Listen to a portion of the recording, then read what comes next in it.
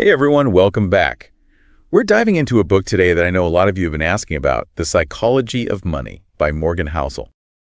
Yeah, it's been a popular one, and for good reason. There's some really insightful stuff Definitely in here. insightful.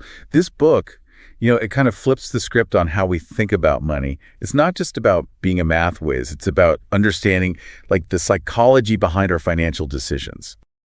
Exactly. It's like Housel says, right? Success with money, it's more about how we behave than how good we are at, like, crunching numbers or picking It stocks. really is. And, right off the bat, Housel throws out this kind of crazy statistic about lottery winners.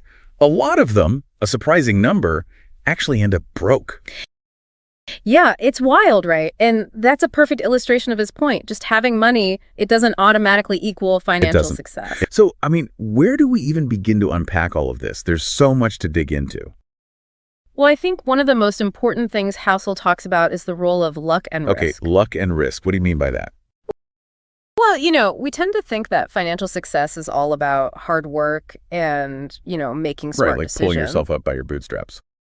Exactly.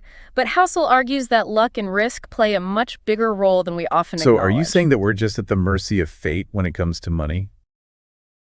No, not exactly. It's more about recognizing that these factors exist.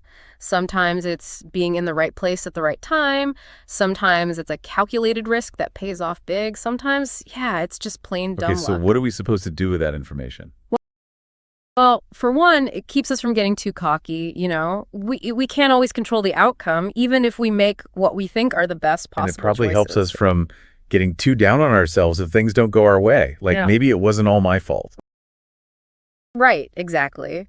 But understanding the role of luck and risk, it also helps us make better decisions in the future. Like, maybe we don't go all in on that risky investment because we know there's always an element of chance So, how does involved. this tie back to the whole psychology of money thing?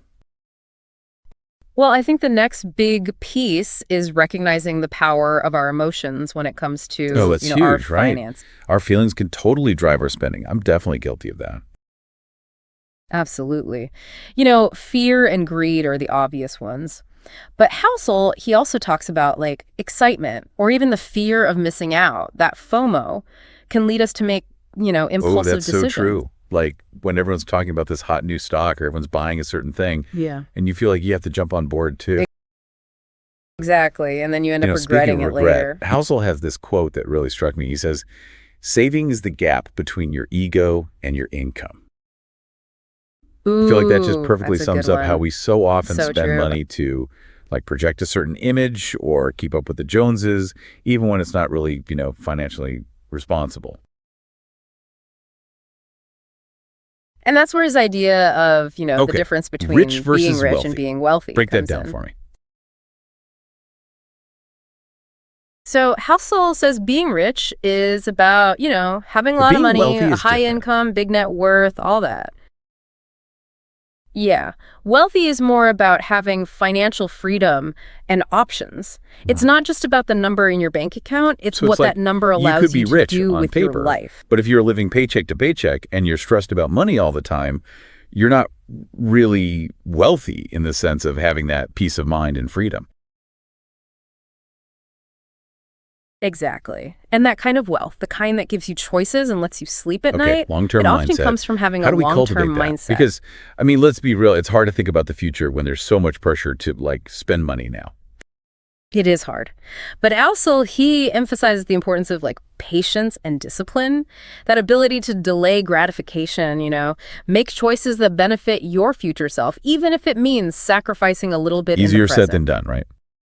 Absolutely. And I think that's why he challenges us to really think about our spending habits. He says a lot of times those impulse buys, they're not just about the thing itself. They're about trying to fill like an emotional Whoa, void. that's deep. Okay, I'm definitely guilty of that. Like retail therapy, am I right? Yeah, and it's not just about like depriving yourself or never buying anything fun. It's about being more mindful and intentional with Okay, your I money. like that. Be mindful and intentional. So, what are some practical ways to do that? If we want to shift our focus to, building long-term wealth, what are the steps? Well, one thing Housel really stresses is aligning your spending with your values. Like ask yourself, what really matters to me? What brings me Okay, lasting that's a good question to satisfaction? ask. Right, and then prioritize spending on those things and cut back on expenses that don't really align with your core So it's not values. about like budgeting in the traditional sense of just, tracking every penny, but more about making sure that your spending reflects what's truly important to you. Yeah, exactly. It's about being intentional. And another big thing he talks about is risk. Understanding your own risk tolerance is crucial for making like sound Risk financial tolerance. decisions. Yeah, like are you comfortable with some volatility in your investments if it means potentially higher returns? Or do you prioritize stability and preserving your capital And I above all guess knowing else? your risk tolerance, that can help you avoid making emotional decisions when the market inevitably, goes up and down. For sure. It all comes back to the idea that financial success, it's not just about mastering like investment strategies, it's about mastering your own psychology. This has been such an eye-opening conversation. I feel like I have a whole new way of thinking about money. That's great to hear. And that's what's so cool about Housel's book. It encourages self-awareness and it gives you the tools to really take control of your financial well-being. So, to everyone listening, we highly recommend checking out The Psychology of Money. It's a game changer. And as we wrap up this deep dive, here's something to think about. Knowing what you now know about the psychology of money, what's one small change you can make to your financial habits today? Food for thought. Thanks for joining us.